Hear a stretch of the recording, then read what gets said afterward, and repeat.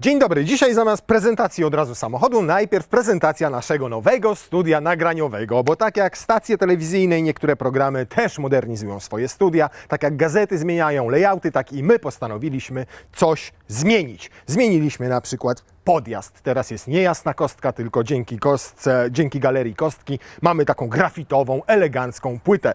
Ja sam za własne pieniądze kupiłem sztuczny trawnik, który jest zieleńszy, nie trzeba go jeszcze bardziej na zielono malować. Lampki kupiłem, żeby silny wreszcie ich nie przewracał, tylko przymocowałem je porządnie do ziemi. Ale najważniejsze czai się tutaj za rogiem. Bo mamy też drugi garaż, dzięki firmie, która nazywa się Carasola. Przyjechała i postanowiła nam postawić wiatę, którą sama nazywa carportem. I wyjątkowo to z tego carportu i z tego garażu dzisiaj wyjedzie nowy samochód. I wiatka ma nawet pilota. I ma otwieraną taką ala bramę, chociaż to jest taka bardziej roletka. I Urus też się tam mieści. I wreszcie nie będziecie widzieli tej szopy, która tam jest z tyłu. A zanim się otworzy, to jeszcze jedno. Wiecie co? Bo nie pasuje już zupełnie ta elewacja według mojej żony do całego tego pięknego podjazdu, więc jeżeli wśród oglądających jest jakiś tynkarz, murarz, akrobata i chciałby, to nie wiem, na przykład na grafitowo-betonowo zrobić, to zapraszamy do współpracy. Żwirek nawet nowy wysypaliśmy. To już też sam akurat kupiłem. Kora tutaj się pojawiła, zobaczcie. Widzicie jak estetycznie? No, pięknie. Tyle Wam opowiedziałem podczas otwierania. O, i tutaj mam takie LEDy. Zależnie od tego, jaki jest kolor samochodu, to można sobie kolor tych LEDów zmieniać. Proszę bardzo.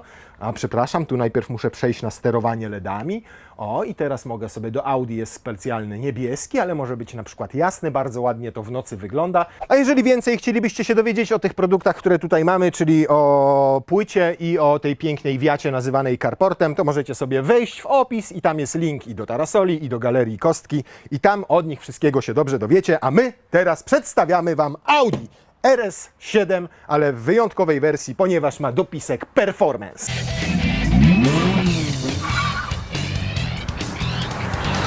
I teraz spod wiaty mogę sobie nawet inaczej wyjechać, więc i Wy będziecie mieli inną perspektywę na samochód. Zmiany, zmiany, zmiany. Przypominam, tynkarz, brukarz, malarz, akrobata potrzebny od zaraz. No dobrze, co my tutaj mamy? Mamy tutaj wspomniane Audi RS7 z dopiskiem Performance. Do 2016 roku do tych mocniejszych modeli RS-ek Audi dopisywało plus.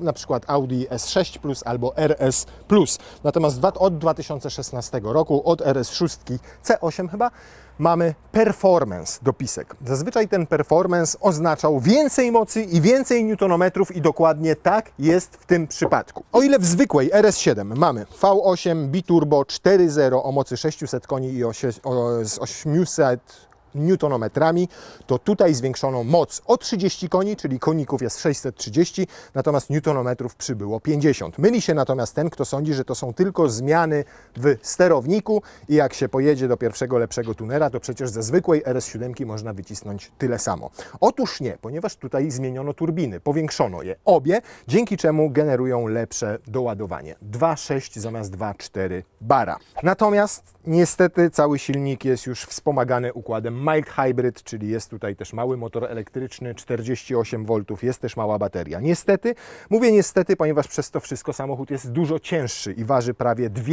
tony 100 kg z kierowcą i z pełnym bakiem paliwa. Ponad 2 tony. Performance kosztuje 35 000 złotych więcej i to nie jest tak, że płacicie te pieniądze tylko za tę moc. Płacicie je również za zupełnie nowy, centralny mechanizm różnicowy, samoblokujący się, ponieważ jest mniejszy, bardziej kompaktowy i ma inne oprogramowanie. O ile w zwykłym RS7 maksymalnie na tył może pójść 80% mocy, to tutaj już 85% i Audi twierdzi, że zdecydowanie przez ten nowy centralny mechanizm różnicowy samochód stał się mniej podsterowny, a bardziej nadsterowny. W zwykłym RS7 narzekaliśmy na to, jeżdżąc nim po torze, tu możecie sobie zobaczyć test, że tam jest trochę za mało tej nadsterowności, bo auto tylko przy lekkim uślizgu tyłku od razu wracało na swój tor jazdy, a za dużo podsterowności, bo w niektórych zakrętach potrafiło płużyć przodem.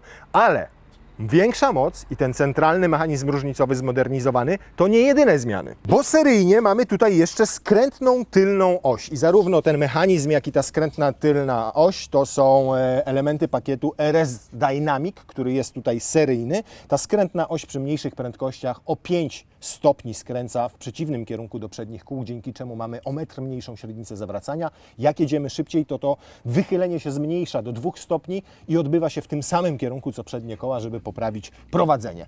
I to jeszcze nie wszystko, ponieważ w pakiecie z performance'em, czyli z tym mocniejszym silnikiem, z centralnym innym mechanizmem różnicowym i ze skrętną tylną osią dostajecie przesunięte ograniczenie prędkości z 250 na 280 km na godzinę. Jeżeli to dla Was za mało, to możecie sobie dokupić jeszcze pakiet RS Dynamic Plus, który podnosi prędkość do 305 km na godzinę i jednocześnie wtedy razem z tym pakietem dostajecie takie tarcze hamulcowe, czyli ceramiczne. Gdyby ktoś miał wątpliwości, to nawet tutaj napisano jasno, że to jest ceramik. Raz, dwa, 3 razy 2, 6, sześciotłoczkowy zacisk. Boże, odejdź stąd! W związku z tym, że tarcza jest większa, bo ma 44 cm, aż zobaczcie, tutaj ledwo można włożyć mały palec pomiędzy zacisk a felgę, a tylna ma 37 cm średnicy, to trzeba było też zastosować inne felgi niż seryjne.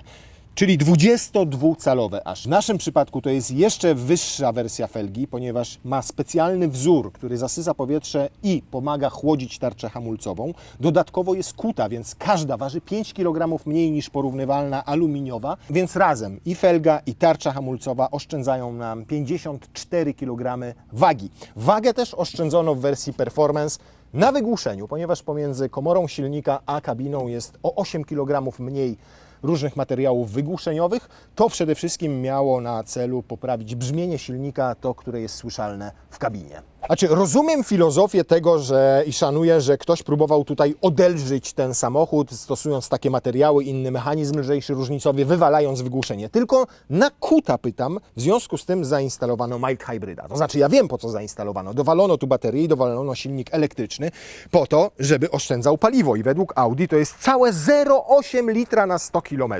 No naprawdę w takim aucie, które ma 630 koni mechanicznych, zwracacie uwagę na to, czy ono pali Wam 15 czy 15,8 litra? Wersję Performance odróżnicie jeszcze od zwykłej takim matowym, satynowym kolorem na lusterkach, na obrawowaniu szyb, tutaj na tej dolnej listwie. Może mieć te felgi takie bardziej czarne matowe, a nie szare matowe. To może mieć srebrne, a może mieć właśnie, tak jak w naszym przypadku, w połysku, a to jest też szare, te elementy szare, matowe. Można sobie wymienić też na czarne w połysku albo karbonowe, natomiast moim zdaniem te się przepięknie komponują z tym niebieskim kolorem i z tą szarą felgą. Auto wygląda naprawdę rewelacyjnie. Kolor, jak się nazywa, zaraz Wam powiem. Ascari Blue się nazywa, ale to nie jedyny niebieski element w tym samochodzie, bo zobaczcie, z czym można go połączyć. Można go połączyć po raz pierwszy z niebieskim wykończeniem wnętrza. Zazwyczaj było szare albo czerwone, zawsze było czerwone albo szare, a teraz jest niebieską nicią obszyta kierownica. Tutaj mamy niebieskie obszycia tych rąbów na tapicerce. Tylko dobrze filmujesz na pewno? Bo ja mam też niebieskie spodnie, żebyś się nie pomylił. Niebieskie obszycia, ale najpiękniejszy element, jaki jest, to jest tutaj. Zobaczcie, to jest karbon i on nie jest polakierowany. On jest taki surowy i ma wplecioną niebieską nić. Wygląda obłędnie, przepiękne to jest. To oczywiście, jak w innych Audi, mikrofibra, 45% tego kawałka tutaj składa się z butelek PET. Pasy, zobaczcie, też jak idealnie komponują się z tym lakierem nadwozia. Przepięknie ta konfiguracja wygląda. Gratulacje dla kogoś, kto ją konfigurował w Audi Polska. Nawet RS niebieskie tutaj na oparciach foteli. Wow, naprawdę robi wrażenie! Wrażenie robi też samym wyglądem, pomimo że ma już 5 lat, bo A7 zaprezentowano w 2017 roku, w 2018 weszła na rynek, więc właśnie obchodzi 5-lecie, a mimo to nadal świetnie wygląda. Oczywiście w przypadku RS mamy poszerzone błotniki o 2 cm z każdej strony i przednie i tylne, więc samochód jest bardziej muskularny. Mamy w serii pneumatykę, tylko ta pneumatyka od razu z zasady w standardowym trybie obniżyła samochód o 2 cm względem A7, a w momencie, kiedy przekraczamy 120 na godzinę, automatycznie jeszcze o centymetr niżej schodzi. Bagażnika nie zmieniono względem zwykłego RS7. Nadal mamy tutaj 535 litrów. Jak chcecie zobaczyć, jak to mieści bagaże, to robiliśmy też zwykłej A7, która ma identyczny bagażnik. Tam też byliśmy zachwyceni tym, jak ta siateczka się tutaj podnosi, jak można sobie w ping-ponga pograć, ewentualnie jak słońce wpada tutaj przez szybę, to stworzyć z tego zasłoneczkę. Tam też byliśmy zadowoleni z jakości wykonania. To, co lubię w tym nadwoziu, w tych liftbackach, to że mam fajny dostęp do bagażnika, szeroki otwór, auto nie jest kombi, a jednocześnie nie uderzam tutaj głową, tylko mam dosyć dużo miejsca nad nią. Ten rant jest przesunięty względem samochodu, w zasadzie zlicowany ze zderzakiem. Najpierw z przodu, no tutaj miejsca to jest tyle, że można byłoby wejść jeszcze z długimi nogami i ze szczudłami na nich.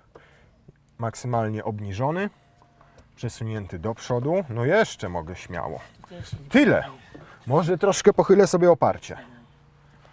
O, i proszę, to jest taka pozycja, w której mógłbym 1000 km bez problemu spędzić jako pasażer. Pytanie, jak będzie miał ten siedzący za mną.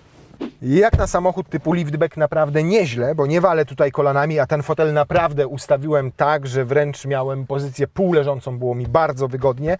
Nogi, stopy wchodzą mi bez problemu pod fotel, na kolana miejsce jeszcze mam.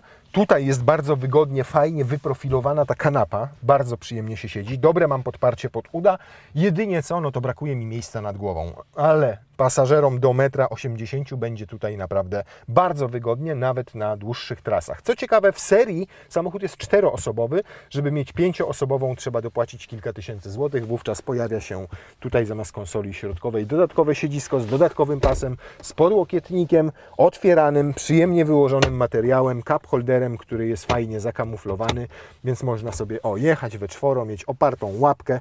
Mamy tutaj dodatkowo 2 gniazda USB-C, gniazdo zapalniczki, mamy 2 dodatkowe strefy klimatyzacji. Fajnie, że nawiew jest nie tylko tutaj centralny, ale jest też ten nawiew tutaj, w słupeczkach, więc można sobie ustawić nawiew na ryło, na stopę, na nogę, na mały palec u nogi, jak kto sobie życzy. No i jakość wykonania perfetto. Jak się uruchamia samochód, to klapki są otwarte i słychać takie burknięcie. One potem się zamykają. I jak jesteśmy w trybie komfortowym, to brzmi tak, na postoju.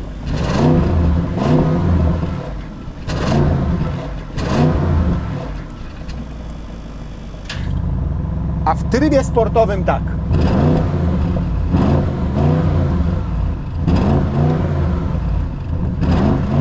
No czuć delikatnie, że jest stłumiony tam ze 4 katalizatorami, przynajmniej 2 filtrami GPF albo jeszcze innymi cudami. Troszkę brzmi tak, jakbyście Pavarottiemu wypchali gębę ligniną i kazali mu śpiewać. Taki jest przytłumiony delikatnie, niemniej i tak słychać tę rasowość tej V8 i jak na współczesne standardy jest naprawdę nieźle. Gorzej, i to mi się nie podoba do końca, że ta rura wydechowa tutaj obła, która jest, no to tam widać bardzo dokładnie i tę klapkę, która się otwiera, a stąd to w ogóle pewnie nic nie leci, więc jakoś można było to tak bardziej estetycznie i fajniej zrobić, żeby jak ktoś jedzie za Wami, to widział tam głębię tego wydechu, a nie te wszystkie ustrojstwa w środku. Jak widać, wnętrze dokładnie takie jak w RS7, a nawet jak w A7, no odróżniają je rzeczywiście taka alkantarowa kierownica z tym niebieskim przeszyciem, czy taki fajny podłokietniczek również z alkantary i z niebieskimi przeszyciami, no i rzecz jasna, ten karbon, cała reszta jest identyczna, różni się jedynie kierownica. Nie tym spłaszczeniem tutaj u dołu, tylko tym znaczkiem RS. Tak jak w BMC mamy 2 fajne przyciski M, tak tutaj jest taki anonimowy przycisk RS i oprócz zwykłych trybów pracy, które tutaj mamy, czyli Efficient, Comfort, Auto i Dynamic, mamy jeszcze tutaj RS i jak go sobie naciśniemy, to albo RS1 włączamy tryb, tutaj nam się wyświetla, albo RS2 i oczywiście oba te tryby możemy sobie zaprogramować wedle własnego uznania. Na przykład pod RS2 możemy mieć napęd efektywny, zrównoważony albo sportowy, zawieszenie komfortowe, zrównoważone sportowe, układ kierowniczy komfortowy, zrównoważony, sportowy i to samo dźwięk silnika, subtelny, automatyczny, wyrazisty, quattro ze sportowym mechanizmem różnicowym, albo sportowe, albo zrównoważone, albo komfortowe, ESC włączony, albo sportowy, oczywiście w RS2 to powinien być sportowy. I to, co kocham w Audi, to jest to, że macie sportowe auto, które ma 630 koni i ono tak pięknie potrafi wybierać nierówności dzięki tej pneumatyce. Na przykład w BMW taka jazda już byłaby tutaj niemożliwa, bo tam te zawieszenia w M-kach są naprawdę sztywne jak granit albo jak kamień. A tutaj nadal w ustawieniach Efficiency mamy bardzo przyjemnie miękko zestrojone, natomiast jak tylko wejdziemy w Dynamic, no to różnica jest naprawdę kolosalna w tym zestawieniu. On się teraz jeszcze nie obniżył do końca, ale już czuć, że utwardził te amortyzatory. Niemniej i tak 22-calowa felga oczywiście robi swoje i gdzieś tam te łączenia tych płyt czuć, natomiast samo zawieszenie bardzo ładnie balansuje całym nadwoziem, jest naprawdę świetnie. Pod względem zawieszeniowym do takiej codziennej, normalnej jazdy jest to po prostu lepsze auto niż wspomniana BM-ka ze znaczkiem M, jakakolwiek, bo tam nawet SUV-y M-kowe potrafią wybić zęby człowiekowi i połamać kręgi. Oprócz pneumatyki możecie opcjonalnie sobie tutaj zażyczyć RS Plus Dynamic Ride Control, czyli amortyzatory, które utwardzają się zależnie od tego, czy macie ruch poprzeczny, czy ruch wzdłużny samochodu. Na przykład jak wjeżdżacie w zakręt lewy i samochód zaczyna się przechylać na prawo, to tę prawą część odpowiednio regulują, tak żeby przechył był mniejszy, a auto sprawniej wjechało w zakręt. Ten układ Mild Hybrid, który tutaj jest, oczywiście wyłącza nam silnik, jak jedziemy w trybie Efficiency. Teraz na przykład jest całkowicie wyłączony. Jak położycie nogę na pedale gazu, teraz zauważył, że auto przed nami hamuje i sam sobie już włączył silnik zawczasu i wtedy jak kładę na pedale gazu, to od razu zaczyna jechać, ale zdejmę ten pedał gazu, wyłączy ten silnik i teraz start. Raz, dwa. No troszkę szybciej się to odbywa niż w innych spalinowych Audi z Mild Hybrid. Niemniej jest ta zwłoka, no bo jest tryb żeglowania włączony, jest silnik wyłączony, więc silnik po położeniu nogi na pedale gazu auto musi włączyć, a potem musi wrzucić bieg, więc raz, dwa i dopiero zaczyna się zbierać. Na szczęście, jeżeli to Was irytuje i nie lubicie tego, to wchodzicie w tryb komfort i teraz po zdjęciu nogi z gazu nie tylko nie wyłącza silnika, ale już nawet nie wchodzi w tryb żeglowania. I to jest akurat super, bo macie wybór. Co to będzie w Dynamicu? O, widzicie? Już on się opuszcza do niższego poziomu w Dynamicu. Oj! Skrzynia oczywiście Tiptronic 8 biegów. Malutkie są te łopateczki do zmiany tych przełożeń i to nie bardzo mi tutaj odpowiada. Chciałbym, żeby były takie wyższe, trochę większe. To jest taki mały niuansik, który wymagałby poprawienia moim zdaniem w sportowym samochodzie. Żeby one nie były tutaj przyspawane do kierownicy, tylko żeby tu były w konsoli środkowej, żebyście mogli obracać kierownicą i jednocześnie tam cykać łopateczkami, tak jak to choćby jest rozwiązane w Alfie Romeo. Takie długie wąsy tutaj są i świetnie to działa, no ale ja rozumiem, że może Audi chciało zachować trochę więcej elegancji w tym wnętrzu, takiej sportowej elegancji, niż takiej typowej sportowej sportowości. No dobrze, to jeszcze zrobimy test 0-100, ponieważ, i tu jestem bardzo tego ciekaw, wersja Performance, przez to, że ma więcej mocy, więcej newtów, odelżone kilka elementów, powinna robić setkę w 3,4 sekundy. Taki samochód, taka locha, 3,4 sekundy, ponad 2 tony masy, ponad 5 metrów auta, w 3,4 sekundy. To 0,2 szybciej niż robi wersja bez dopisku Performance. Proszę, do zmierzenia przyspieszenia możemy tutaj użyć sobie monitora RS. Pytanie, czy wszystko mamy ciepłe? Wszystko mamy ciepłe, rozgrzane, mechanizm różnicowy rozgrzany, olej do przekładni rozgrzany, więc nawet sprawdziliśmy, że możemy śmiało sobie zrobić 0-100. Natomiast to, czego tutaj nie widzę, bo ta wersja pewnie tego nie ma, tak może być, to jest jeszcze telemetria, która mierzy na przykład właśnie przyspieszenia. Chyba że tutaj to znajdziemy gdzieś. A, jest, proszę bardzo. Pomiar przyspieszenia. I możemy sobie zmierzyć. Korzystaj z funkcji tylko na zamkniętych torach wyścigowych. Oczywiście. Aktualnie na takim właśnie się znajdujemy. Ta telemetria tutaj opiera się normalnie na GPS-ie, więc nie ma powodu, żebyśmy korzystali dzisiaj z własnego urządzenia pomiarowego. Ja pier...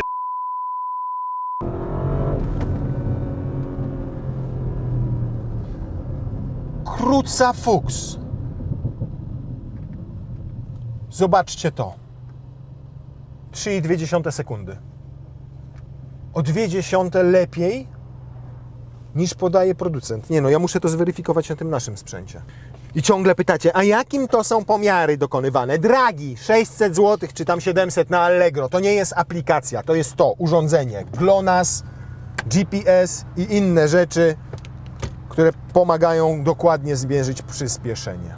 Nawet jeżeli teraz więcej wyjdzie, bo na przykład mamy pod wiatr albo trochę pod górkę, czy w drugą stronę idziemy, to będziemy mieli porównanie tych dwóch. Jeżeli będzie identyczne wskazanie, to znaczy, że tamten pomiar 3,2 sekundy był prawdziwy.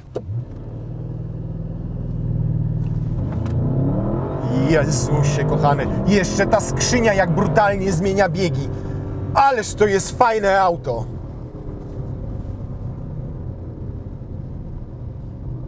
No to ten oszukuje. 3,2 w rzeczywistości, to co wskazuje pomiar Audi na komputerze, to w rzeczywistości to jest 3,4 sekundy, więc kłamie o 0,2, nie mniej, 3,4 to jest dokładnie wynik fabryczny, przy czym samochód ma teraz na pokładzie mnie silnego, 3/4 zbiornika paliwa ponad jeszcze, więc jest dobrze dociążony i robi wynik fabryczny. Super. No dobrze, to zobaczymy jak w takim użytkowaniu codziennym, jak sobie dojeżdżacie do pracy z takiego Grodziska do Warszawy, będzie wyglądało spalanie. No bo wtedy chcielibyście na tych 70 litrach w zbiorniku trochę przejechać. Nie będziecie przecież jeździli do tej roboty tak jakby oblał was ktoś kwasem albo benzyną i podpalił. No. Tylko będzie to normalna, cywilizowana jazda i zobaczymy, jakie to będzie zużycie paliwa. Fajne jest to, i na to zwróciłem już wcześniej uwagę, że o ile tamta RS7 czerwona, którą jeździliśmy, była w środku słabo wyciszona od wiatru. Miała szklany dach to raz, dwa, słychać było szumy powietrza tutaj wokół okien. To tu do prędkości 120-140 km na godzinę jest super, a przy tych wyższych też jest naprawdę nieźle, bo go sprawdziłem, celowo pojechałem wczoraj sobie na kawałek autostrady tej pomiędzy granicą a Berlinem, żeby sprawdzić jeszcze jedną rzecz. Nie tylko głośność przy większych prędkościach, tylko też samą prędkość.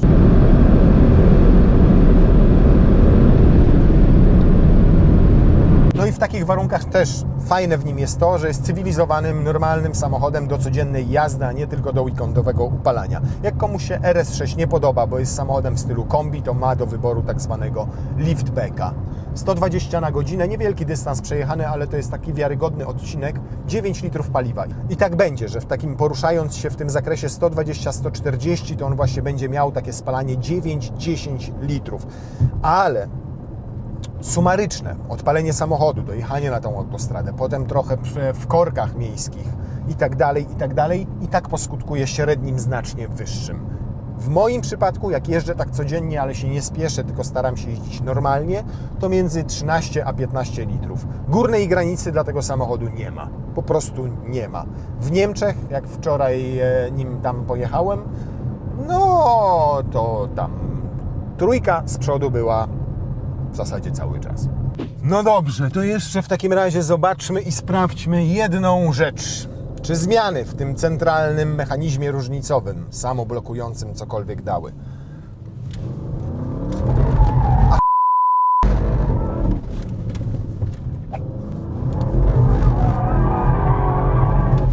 Tak, dały. No, dobry! RS7 idące bokiem. Widzieliście coś takiego? Nie jest to tak kolosalna zmiana jak w RS5. Możecie sobie obejrzeć. Tam też pogmerano w oprogramowaniu dyferencjału, centralnego dyfra. I tam efekt jest spektakularny. Bardziej w kierunku BMW M3 z X-Drive'em, czyli ta nadsterowność taka duża. Tutaj nadal nie ma aż tyle nadsterowności, co na przykład w BMW M5, też w X-Drive'ie. Ale jak widać można? Można! No w poprzedniej RS7 tego nie było, nie mówiąc o RS6. Absolutnie. No to jest największa zmiana w tym samochodzie. No zdecydowanie. Wow! Za to ja Cię Audi szanuję. I pięknie się przy tym prowadzi. Wchodzi w ten łuk, w ten zakręt, wy tylko odkręcacie mu kontrę, wiecie jak go zainicjować, jest pięknie w tym wyczuwalny, odkręcacie kierownicę, on momentalnie łapie tor jazdy, nawet jak nie zdejmiecie nogi z pedału hamulca, tego gazu, i absolutnie nie wolno tego zrobić, bo wtedy następuje szarpnięcie. I z jednej strony pięknie go ten napęd quattro z tą przekonstruowaną międzyosiową blokadą mechanizmu różnicowego wyprowadza i wyciąga z tego zakrętu, a z drugiej macie nadsterowność, którą sobie kontrujecie bardzo prosto. Wow! RS7, które testowaliśmy 2,5 roku temu, urzekło mnie taką jazdą codzienną, bo jest bardzo komfortowe, bardzo spokojne, można nim jeździć normalnie, nikt się go nie zlęknie i dokładnie tak samo jest w przypadku tego egzemplarza.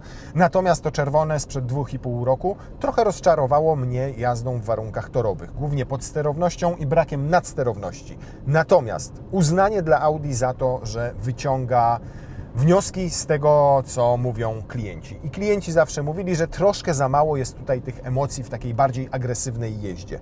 I wyjątkowo czuć w performance właśnie tę zmianę, która polega na dopasowaniu tych wszystkich elementów napędowych, mechanicznych do tego, żeby on dawał więcej frajdy. Nie tylko chodzi o większą moc i więcej newtonometrów, chodzi właśnie o działanie tej szpery, o lżejsze te felgi i lżejsze hamulce, o to wszystko, jak to ze sobą się dogaduje. I wyraźnie, nawet jak nim jedziecie, czy wjeżdżacie w rondo, czy w szybszy zakręt, czy jak jedziecie szybciej, to czujecie zdecydowanie, że auto ma bardziej charakter w stylu BMW. No jeszcze nie jest to BMW, tam jest zdecydowanie więcej tej nadsterowności, ale popracowano tu zdecydowanie nad prowadzeniem, nad jakąś taką agresywnością tego auta. Tak samo było w przypadku RS5 ze znaczkiem Performance, tam ta dupcią była zamiatać jeszcze chętniej i jeszcze bardziej niż ten. Spory skok i spora różnica pomiędzy zwykłym RS7 i RS7 Performance. Natomiast nadal nie spodziewajcie się dymu z opon, jak w przypadku Enek.